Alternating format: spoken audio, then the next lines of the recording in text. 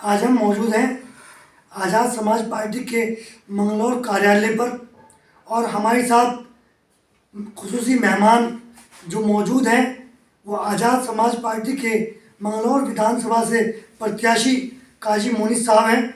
उनसे आज जानेंगे जो भ्रांतियाँ फैलाई गई हैं या फैल रही हैं उसके बारे में और अन्य मुद्दों पर उनसे बात करेंगे। काजी मोनी साहब, आपका फानूस टीवी में इस्तकबाल है। शुक्रिया।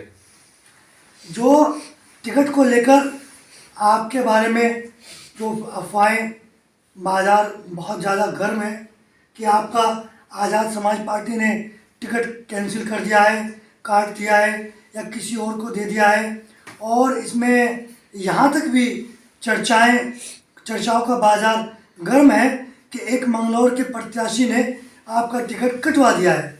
इसके बारे में आप क्या कहेंगे? देखिए, अगर ये बात जैसे आप कह रहे हैं ऐसा ही है तो मेरे लिए बायस मसर्रत है।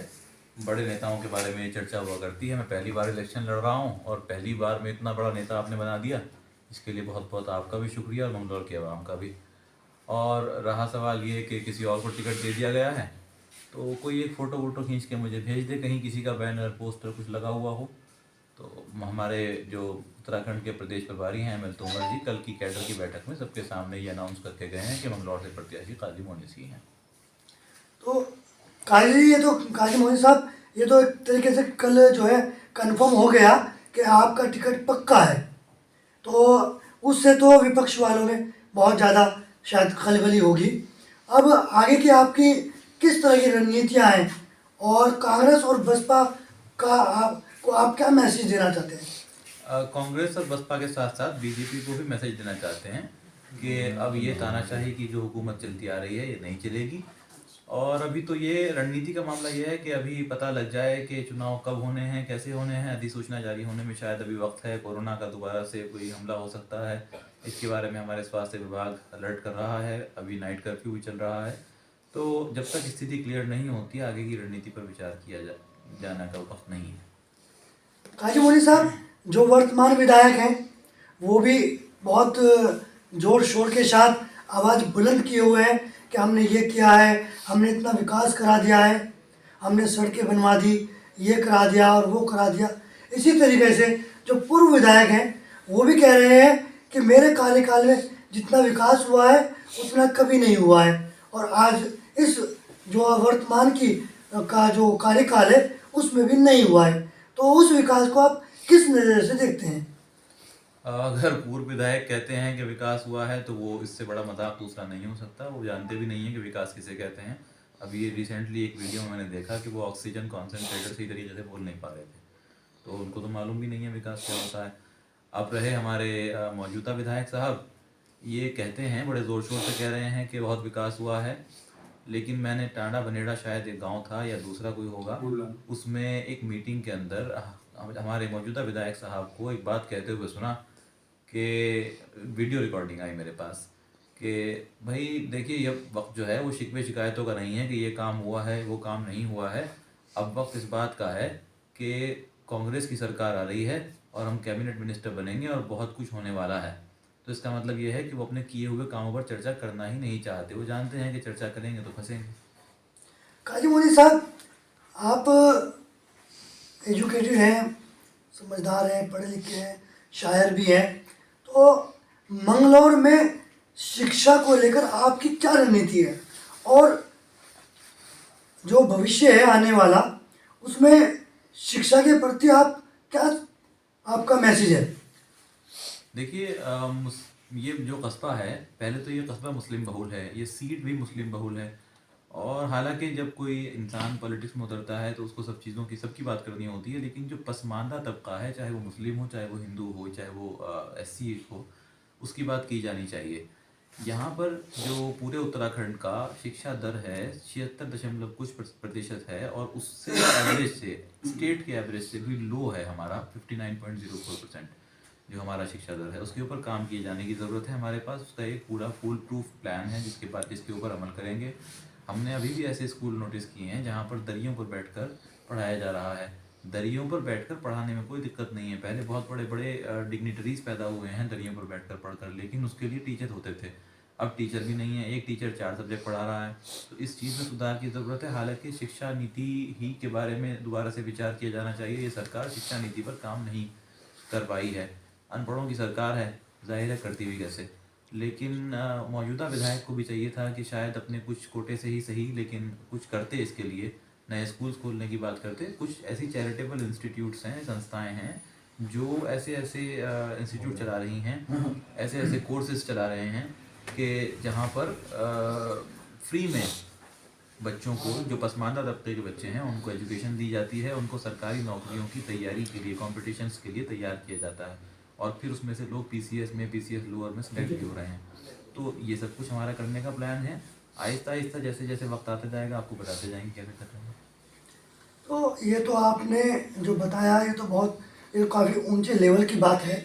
लेकिन मंगलौर कस्बे में मुस्लिम बहुल्य कस्बा होने के बावजूद भी कोई डिग्री कॉलेज, कन्या डिग्री कॉलेज और कन्या इंटर कॉलेज और कन्या हाई स्कूल क्यों नहीं है? और है तो उसके पास अपनी भूमि क्यों नहीं है? आप इसमें एक क्वेश्चन में एक चीज़ भूल गए कि मुस्लिम बहुल्य कस्बा होने के बाद भी कोई मुस्लिम या इस्लाम या इंटर कॉलेज क्यों नहीं है।